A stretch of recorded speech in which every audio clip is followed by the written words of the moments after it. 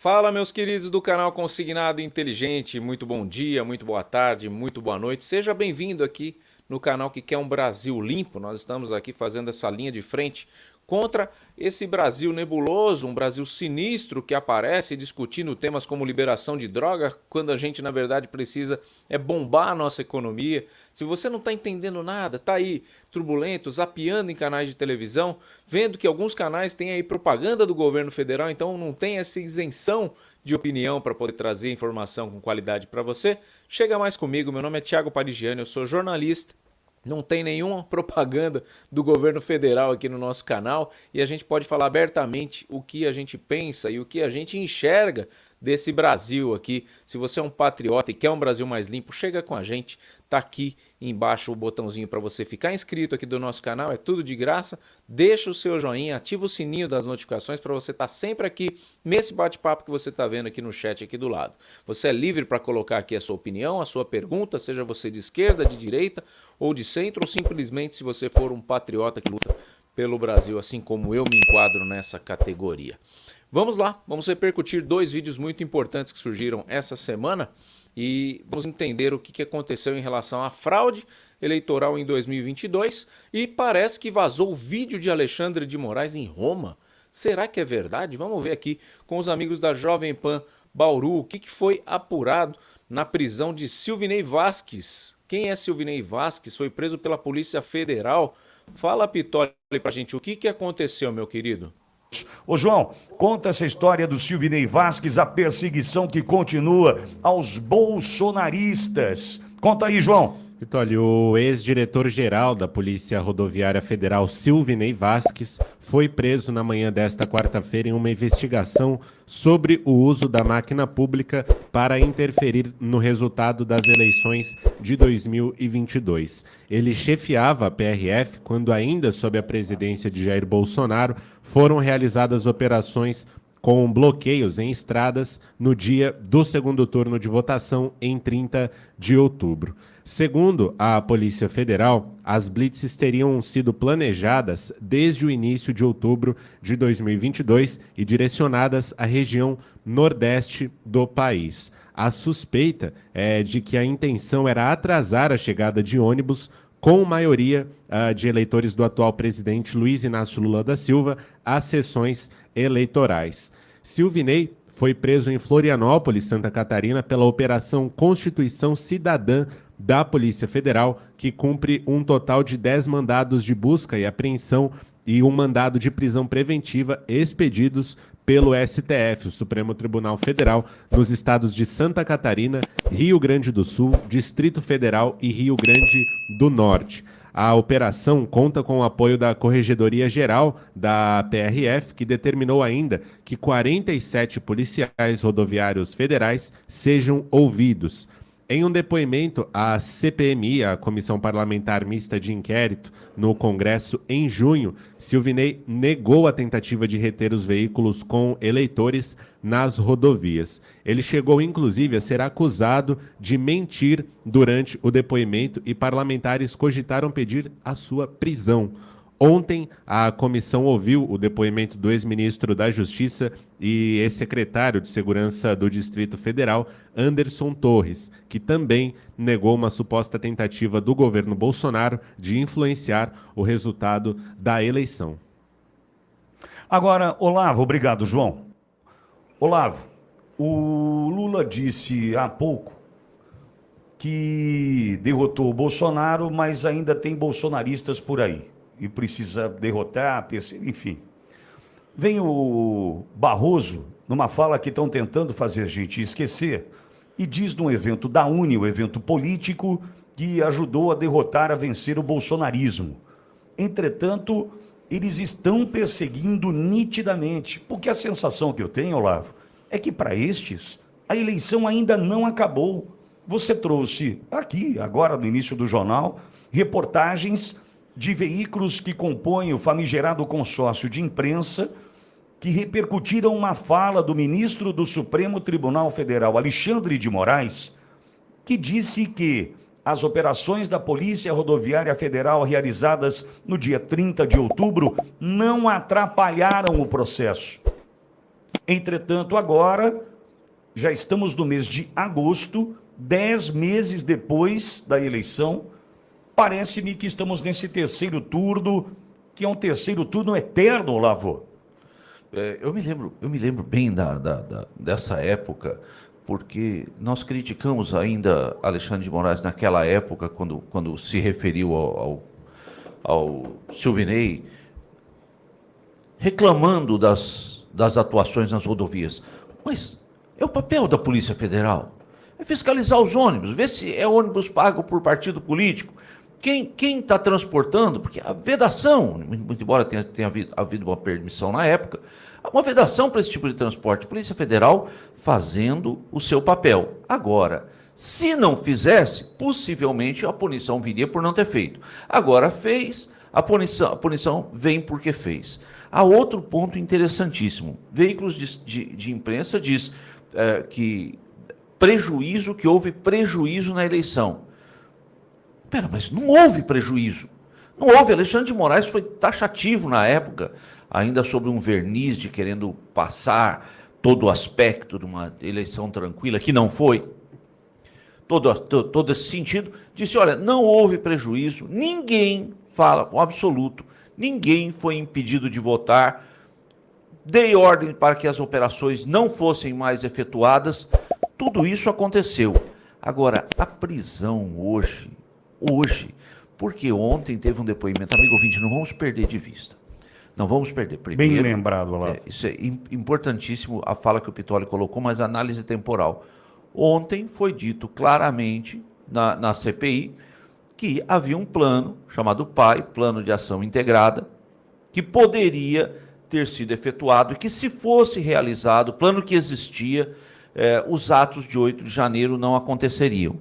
E que menos de 5% do efetivo disponível para cuidar ali de Brasília, na esplanada dos ministérios, onde está o STF, enfim, se houvesse o uso integral do plano de ação integrada, perdão pela repetição da palavra, nada teria acontecido. Então hoje, no dia seguinte a essa fala, nós temos a prisão decretada por Alexandre de Moraes, que foi o mesmo cara que em outubro que disse que nada aconteceu com a PRF, amigo ouvinte. Está prestando atenção na sutileza? Tem o fator sequência de encobrimentos, porque vem encobrindo, atitude em cima de atitude. Barroso disse que venceu o bolsonarismo empolgado, com a gravata folgada, lá no discurso na Uni, né? Só para lembrar que hoje, amigo ouvinte, matéria também da imprensa, o Conselho Nacional de Justiça quer proibir juízes de participarem de atos políticos. Tem uma votação nesse sentido, toda uma discussão, um acaloramento, mas isso não atinge... Mas o ministro do Supremo vai poder, né? Isso não atinge o STF. É um absurdo. Eu falei aqui, parece que o STF descolou do judiciário, né? Agora desacoplou do judiciário e virou um órgão político e independente, onde tudo pode, sob o silêncio do presidente do Senado. Então não vamos perder de vista. Tem ocorrido encobrimentos de falas importantes. Cadê a CPI do Barroso? Amigo ouvinte, cadê a CPI? Não, desculpe. Cadê o processo de impeachment do Barroso? Silêncio total. Silêncio total. Não se fala mais. E a discussão do custeio da palestra do Alexandre de Moraes no exterior? Também não se fala mais. Agora, hoje, estranhamente, a prisão decretada por Alexandre de Moraes, que em outubro disse que a PRF não atrapalhou. Diante de cada, e veja, entre todas as aspas, vitória da ala bolsonarista, da direita brasileira, porque o depoimento do Anderson ontem, aliás, eu preciso registrar mais uma vez, o Anderson Torres nos ouve. Eu fiquei emocionado quando a pessoa que esteve com ele num jantar, na casa dele, me contou. Falou assim, Pittoli, você não acredita. Me encontrei com essa pessoa na escola dos meus filhos, né? Estou guardando o nome aqui, que eu acho que é prudente. Ele me disse, Pittoli, o Anderson Torres ouve a Jovem Pan News de Bauru de manhã. E enalteceu o trabalho de vocês e tal. Então, eu quero devolver aqui, né, esse reconhecimento feito pelo Anderson diante do nosso trabalho. e dizer a ele que as nossas orações continuam, que a nossa admiração só aumenta e que certamente um dia o Brasil vai reconhecer o que Anderson Torres fez pelo país. Fala da senadora Damares ontem. A gente não tem ideia do que Anderson Torres fez na condição de ministro da Justiça e Segurança Pública, porque diferentemente desse pavão que aí está, chamado Flávio Dino, que tem que aparecer a todo instante, desdenhar, que tem que desprezar, que tem que subestimar esses pavãozão que está aí, o Anderson Torres trabalhava pelo Brasil. Então, Anderson Torres, muito obrigado pelo prestígio da sua audiência. As nossas orações continuam, nosso respeito e admiração só aumentam por você. Pode ter certeza disso. E diante da fala do Anderson Torres ontem, e do sucesso que eu entendo que foi, né, para a ala bolsonarista, no desmonte dessa narrativa mentirosa, safada da esquerda, vem a prisão do Silvinei. Parece que é mais ou menos assim. Como é que a gente faz para tirar o sucesso da participação do Anderson Torres das manchetes dos jornais? A gente prende um bolsonarista. Pronto, prendeu o Silvinei.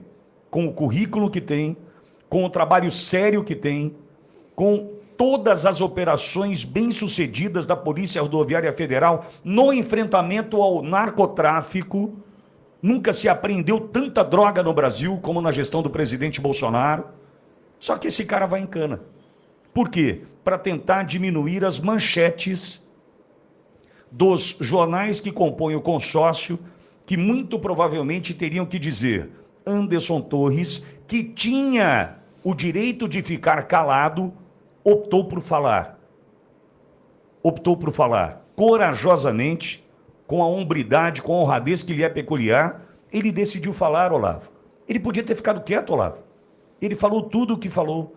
Entretanto, para tentar diminuir a importância da participação do Anderson Torres, vem a prisão do Silvinei. É um absurdo o que a gente está vivendo. E tem outra coisa, hein, que ficou muito claro para mim ontem, Olavo. Anderson Torres, a gente vai falar sobre o depoimento dele aqui, mas Anderson Torres precisou ser preso para não atrapalhar o projeto Capelli, projeto Flávio Dino, projeto Lula, projeto G. Dias, se é que não existem outros personagens, medalhões dos poderes aqui no Brasil, né, que se sentiriam ali atrapalhados com essa pedrinha que estaria no meio do caminho, chamado Anderson Torres, numa eventual investigação dos atos do dia 8. A gente vai tratar do assunto, Olavo? Uma situação que acontece que chega a embrulhar o estômago às vezes quando você vê, porque aí não é questão de ser direita ou esquerda, é ver estratégias sujas, né, do governo atual para querer distorcer completamente a finalidade de uma CPMI que está ali para investigar quem foi o mandante dos atos de 8 de janeiro. Né? Estão querendo prender um sujeito que estava dirigindo a coordenação da Polícia Federal no dia da votação, que estava tentando supostamente impedir que ônibus de lulistas, ou petistas, ou esquerdistas fossem votar, mas o Lula ganhou, né? Isso não interferiu em nada, mesmo que tenha acontecido, coisa que eu não acredito que tenha acontecido, mas porque vazaram aí informações lá nas eleições que rádios do Nordeste estavam boicotando a campanha política da direita. Isso eu tenho certeza, foi apurado. Agora, impedir que ônibus, a fiscalização é o que o Pittoli falou. Se não fiscaliza, porque isso caracteriza a boca de urna, né? O político, principalmente vereador, ele tem hábito de pagar ônibus para levar pessoal para enterro, né? Leva o pessoal no cemitério. Tem políticos que até têm ônibus próprio já para fazer essa campanha, com o uso do dinheiro da máquina quando é eleito. Então a Polícia Federal estava ali fiscalizando essa questão. Aí vai lá, um dia depois do depoimento do Anderson Torres, que foi lá, como o Pittoli falou, não teve medo na CPMI, poderia fazer como o Cid fez lá, ficar quieto, né? Quieto. Direito dele de ficar quieto, um bunda mole, né, no bom português. O cara fica com aquela cara de trouxa. Eu teria vergonha de mostrar para os meus filhos você numa CPI sendo interrogado e quieto, quieto, quieto. Quem cala consente. Eu tenho esse ditado comigo. E o Anderson Torres foi muito bem né, em colocar tudo ali. O cara, ele ficou preso acho que 40 dias, se eu não me engano. Pouco mais de 30 dias. Não tem mais medo de nada esse cara. Esse cara já perdeu toda a dignidade dele. Aí foram investigar porque ele passou 30 mil reais para conta da esposa um dia antes de ser preso. Se coloca no lugar dele. Você tem contas a pagar, tá indo preso, não vai conseguir pagar boleto, tem uma reserva financeira, você não passaria o dinheiro para ninguém, você ia preso sem nada, você não faz planejamento nenhum, vai preso injustamente, pelo que tudo indica, até agora não provaram nada contra ele, e justamente para sair de cena para a entrada, como o Pitoli falou, do Flávio Dino, que é o cara que mais gosta da entrevista, né, que eu já vi na minha vida, o ministro mais aparício que eu já vi na minha vida. Tem uma outra questão, deixa aqui o seu comentário. A gente contextualizou uma situação aí da prisão do Silvinei Vasquez pelo ministro Alexandre de Moraes, um dia após ao depoimento de Anderson Torres. Me fala aí o que você achou dessa prisão do Silvinei Vasquez. Você concorda com a prisão? Acha que o Xandão acertou nessa ou acha que ele errou? Quero sua participação aqui no chat. Tá muito legal ver a interação de todos vocês. Peço que se você chegou aqui agora, não me conhece, meu nome é Thiago Parigiani, sou jornalista, um jornalista livre, independente, sem nenhum patrocínio do governo atual ou do governo passado, que está aqui para trazer verdades e repercutir o que você acha, o que você pensa e o que você quer desse Brasil que a gente está assistindo aqui. Vamos ver agora aqui a crônica do meu querido Alexandre Garcia, diretamente de Brasília, falando aí, parece que surgiu o vídeo do Alexandre de Moraes lá em Roma, será que é verdade? Fala aí, Alexandre, conta pra gente o que aconteceu de fato. Mas inscreva-se aí e ao final não esqueça de deixar o gostei ou não gostei. Então, vamos à gravação do comentário.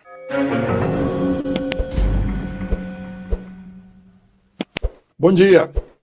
Grande expectativa hoje na CPI do MST é o depoimento do ministro do Gabinete Civil do presidente Lula, Rui Costa. Vai ser perguntado sobre o tempo em que ele era governador da Bahia e os acontecimentos no sul da Bahia. O sul da Bahia foi uma região, foi e ainda é, conflagrada pela invasão do direito de propriedade, violência, expulsões, meu Deus do céu. E a queixa era de que o governo da Bahia não agia, né? Tanto que o presidente da República tentava mandar tropas da Força Nacional para proteger as pessoas no sul da Bahia. Vai ser interessante. Em se tratando de um ministro da Casa do Palácio do Planalto. Ontem brilhou na CPI das ONGs o jornalista mexicano Lourenço Carrasco, que veio para cá como correspondente nos anos 80 e aqui ficou e se tornou um grande estudioso das ONGs que pululam na Amazônia. E descobriu que elas não estão lá para fazer, para levar benefícios sociais para os amazônidas, né? E denunciou isso num livro chamado Máfia Verde. São milhares de ONGs, né? E, finalmente, há uma CPI no Senado que está tratando disso, que deveria ter tratado disso muito antes, porque era a primeira a ser aberta quando surgiu a pandemia e acabaram deixando essa de lado para fazer aquela CPI do circo, né?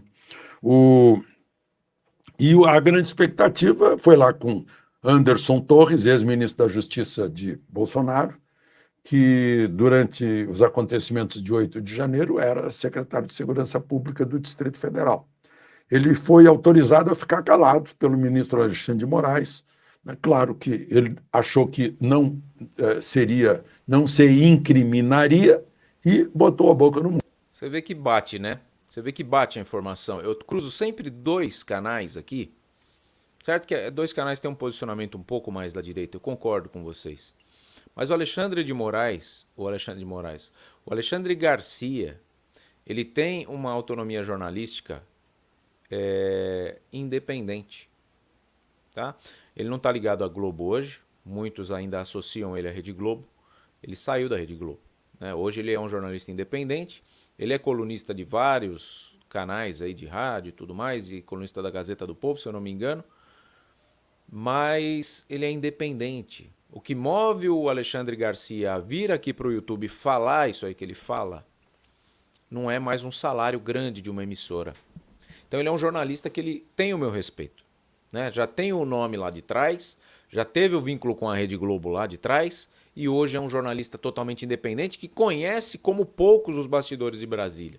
Então ele está aí, ó, endossando a mesma coisa que o jornalista Pitoli lá da Rádio Jovem Pan Bauru acabou de falar e que o jornalista aqui, Thiago Parigiani, também está falando.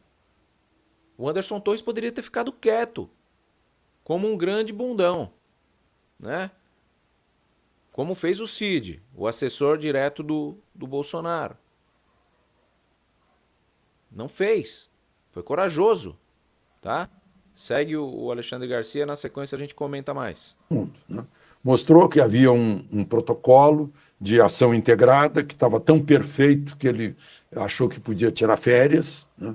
Por isso foi para a Flórida, e que achou tudo muito estranho, que depois vieram os avisos de invasões, e que havia uma disponibilidade de 800 militares, tanto da Força Nacional quanto da Guarda Presidencial, para proteger os prédios, sede dos três poderes, e, no entanto, foram acionados só 30 para o Palácio do Planalto.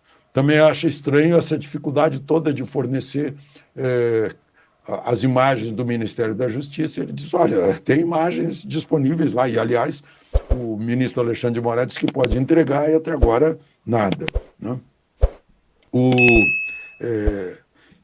E ele não acusou ninguém, né? Vai ser confrontado com um agente da Polícia Rodoviária Federal, porque ele disse que a Polícia Rodoviária Federal no Nordeste não agiu para evitar que eleitor de Lula fosse para as urnas, mas apreendeu dinheiro de compra de voto, né? Dinheiro vivo. Aliás, falando em imagens, né? Não custa lembrar que as imagens do aeroporto de Roma ainda não vieram, ainda não foram mandadas para cá. Há uma abundância de câmeras no aeroporto de Roma, que ele é muito importante nas linhas para o norte da África e para o Oriente Médio. Então é uma questão de segurança. Só que a Itália só fornecerá se for um crime comum e não perseguição política, né? E o Brasil já provou que é perseguição política, porque entrar lá na casa do casal com busca e apreensão para tirar telefone, computador, para fazer aquela expedição de pesca, né? Não comporta, porque foi, no máximo, uma injúria, até vias de fato, que é contravenção penal, né? Não justificava tudo aquilo. A Itália percebeu, e a Itália tem que fazer jus a ser o berço, a raiz do direito romano, né? E, por fim, só para lembrar declarações do ministro Lewandowski, agora que ele está lá na JIF, lá dos irmãos Joesley e Wesley Batista, dizendo que decisões diferentes do Supremo, principalmente na área tributária, causam insegurança jurídica. Claro, isso espanta investidores, tanto nacionais quanto estrangeiros. Agora, ele esqueceu de falar na insegurança política e institucional, no dia em que ele, como presidente supremo, presidiu o julgamento de Dilma no Senado e foi ignorado o parágrafo único do artigo 52 da Constituição, né, condenando a presidente e a deixando elegível, ao contrário do que mandava a Constituição. Isso gera, né, aliás, foi a abertura de uma série de gerações de insegurança política e institucional no Brasil. Esse é o Brasil. Cruel, né? Sinistro. Só dar uma pincelada numa coisa que passou pela minha cabeça aqui. Muita gente falando do Bolsonaro inelegível, né? A Dilma estava inelegível também, porque ela foi empichada. Ela não poderia assumir cargo público nessa altura do campeonato aqui. O que aconteceu? A esquerda ganhou. O Lula, para quem não se lembra, lá nas vias da prisão dele, dias antes de ser preso, lá em 2013, se eu não estiver enganado, Ele foi nomeado ministro pela Dilma. Por isso que eu falo que é uma facção. É uma facção, meu amigo, que você não tem ideia. Então, o companheiro foi nomeado ministro. Aí a Dilma, agora que, né, ele voltou para o poder, é presidente do BRICS com salário de quase 300 mil por mês. Sem falar inglês, sem falar francês, sem falar nada. Que dirá bem o português que ela fala. Nem o português ela fala direito. Não sabe fazer conta, né? Começa a fazer contas dilmísticas. E hoje ela está lá, num cargo público novamente, ganhando uma grana, né? Num cargo que já existia, não foi criado para ela, claro. Mérito de quem está lá, de quem chega lá, né? Por estudo e competência, não por QI. E ela estava inelegível.